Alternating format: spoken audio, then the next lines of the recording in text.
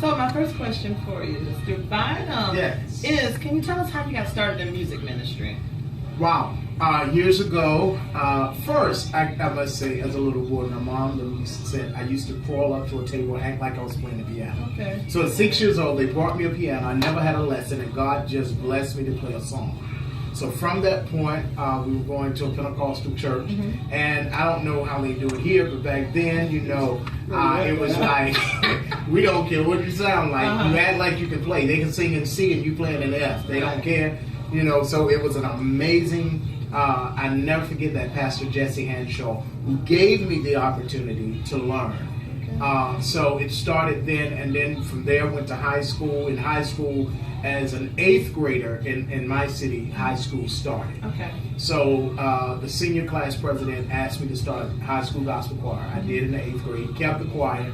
We continued through high school. The school district literally supported us. Wow. And, financed us with a bus and everything. So it was amazing to see them do that. We outgrew the school, so we became a community choir. Instead of Franklin High School Gospel Choir, we became Franklin Community Concert Choir. Okay. From there, went to college at Norfolk State. I was the first freshman in the history of the school to take over the gospel choir in my freshman year.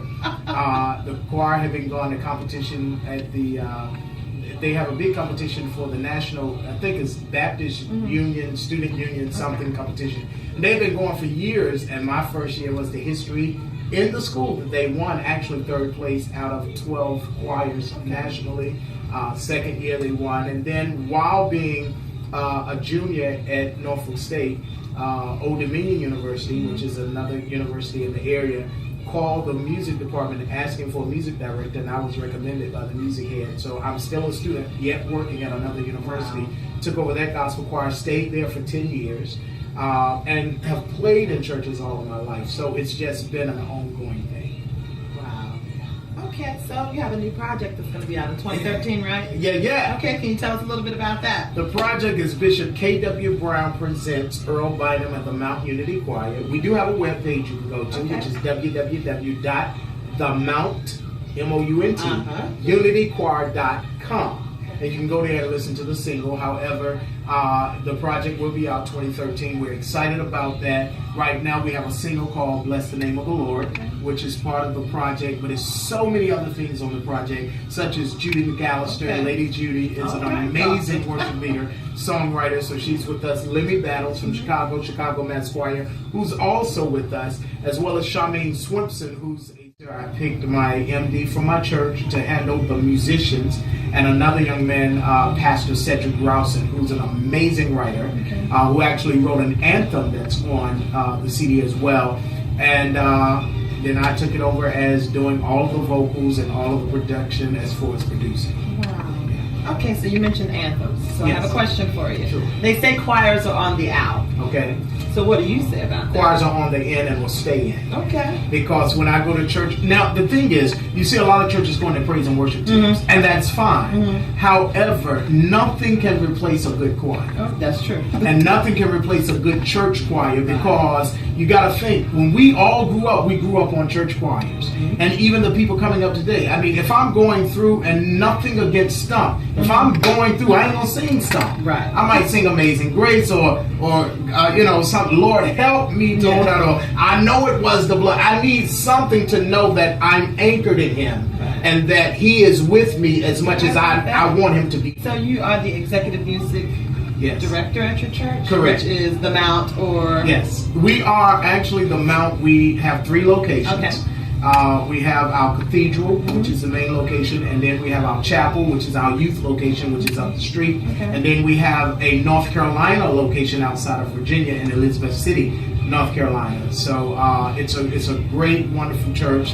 Like I said, I am the executive minister of music. We have an executive staff. So basically, we run the church like it's supposed to be ran. Right. Should I say? And you got everything in order, right? Yeah. And I'm excited. Bishop K.W. Brown, Bishop Kim Brown is his name. And people say Kim. I always say K.W. because if I say Kim, they think it's a woman. Right. But his mom named him Kim. So, but K.W. Brown, and and his wife is our executive pastor, which is Elder Valerie K. Brown. And, she's a certified CPA. She had a CPA firm for 15 years. She ran Fortune 500 companies, and she left all of that to work with her husband in ministry. And it's tremendously amazing to see what she has done financially with the church.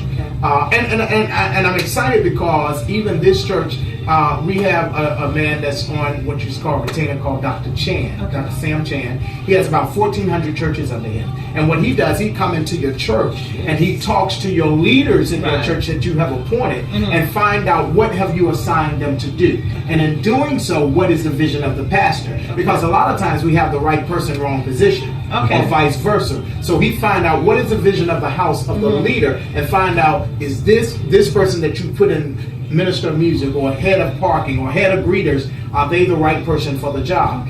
And if not, he helps you to kind of direct your ministry to where it needs to be. He shared with us and he said in the churches across the country, we financially are in the 1% of churches doing well across the country. Most churches are literally 20 to 30% below budget. We are 20% above budget. But our pastors, our leaders are givers. And when you see your leader giving, you should be whatever your leader is. That's true. And I tell people all the time, if you mean, your mama mean. That's true. I'll be able to tell you. Think about it. You find a mean child, either the mama or the daddy. And so you should represent who you are under. If the house is flowing financially, you shouldn't be broke. That's true. That's very true. That's just my belief. That's very true.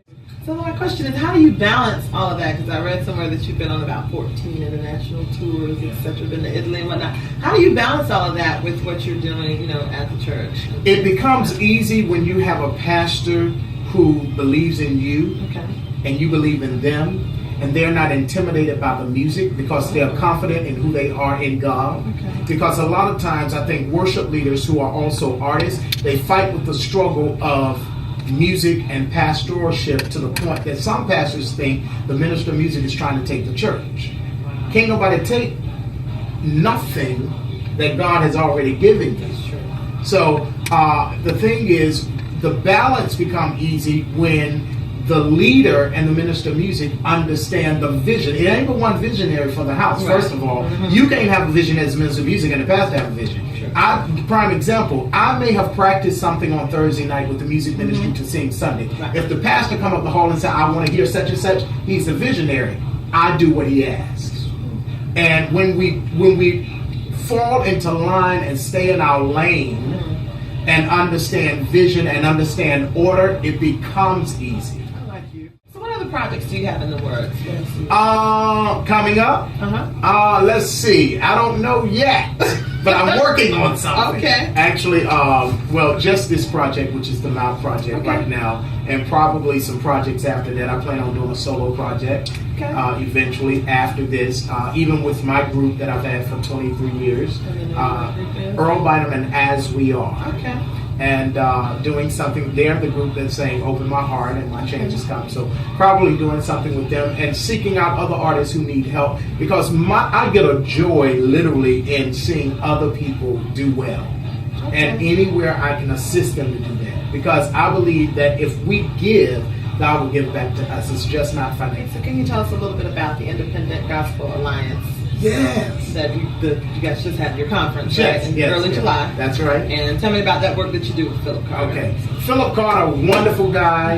His wife, Stephanie Carter, had a vision. And he called me one day and he said, Earl, what do you think about, a conference for indie artists, And they were going to have it in Washington, D.C., actually. But they couldn't find a church close enough to the airport. So they were like, what about your church?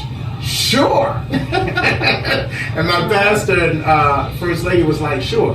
And so they literally let us use the church free of charge. So, good. Because they are sowing back into us and they think it's a good thing to sow into the indie artists. So basically it's a conference for indie artists to teach them about contract and contracts, imaging, packaging, anything dealing with the music industry, because you got to understand, we as independent artists, we're fighting with the Sonys and the Verities, which are the major labels.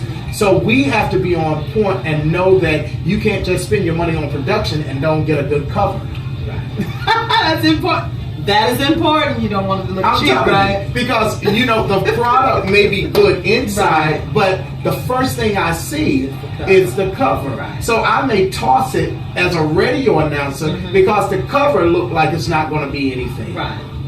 So we gotta do the whole thing. I tell people all the time, if Kirk Franklin's project is sitting on the shelf and yours, make me feel like I want to get yours, even if I buy it. Right. Okay. Yeah. That's a good tip. You also have a radio show, right? I do have a radio show. It's actually on Rejoice Musical Soul Food. Okay, and it's called? It's called On Stage with Earl Bynum. Okay. Which is a show on weekends, every Saturday and Sunday, 10 a.m. to 2 p.m. Eastern Standard Time. And it's right now, it's syndicated in 40 plus markets, so I'm excited about that. And the show is still independent artists, giving them the opportunity to be heard. So I interview the artists and play their music, and just drive who they are. So our listening audience can find out who they are, basically. We're also streaming over the internet at musicalsoulfood.com. We also have the app for Android and iPhones that you can carry on your hip for digital crystal clear music at all times. So that's what it is. Okay, so if somebody was interested in independent artists, was interested in getting their music on your show, all they gotta do is email me at onstage, that's ON stage with Earl Bynum at gmail.com. Onstage with Earl Bynum at gmail.com. And we have a website that's coming for that as well, but that's the email to get it to us. Okay. Yeah.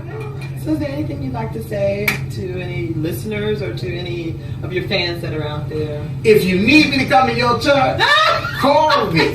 I do workshops, I do seminars, I speak, whatever you need. Whatever you need. And I don't care if you're a storefront, a tent, or a steeple. It don't matter. I come because God said go. He didn't say where to go. He just said go to the hedges and highways. So I'm really passionate about doing that. I'm passionate about coming. So if you need us, call us. We'll come. Again, you can email us at earlbynummusic@gmail.com. earlbynummusic@gmail.com. Go to our website, earlbynum.com. Facebook me. Twitter me. I need some followers. Yes, sir. Yes, sir. All right. It's simply Earl Bynum. Twitter.com/Earl Bynum. Okay. So, yeah. All right. Well, I thank you for talking to me today. Thank I appreciate you.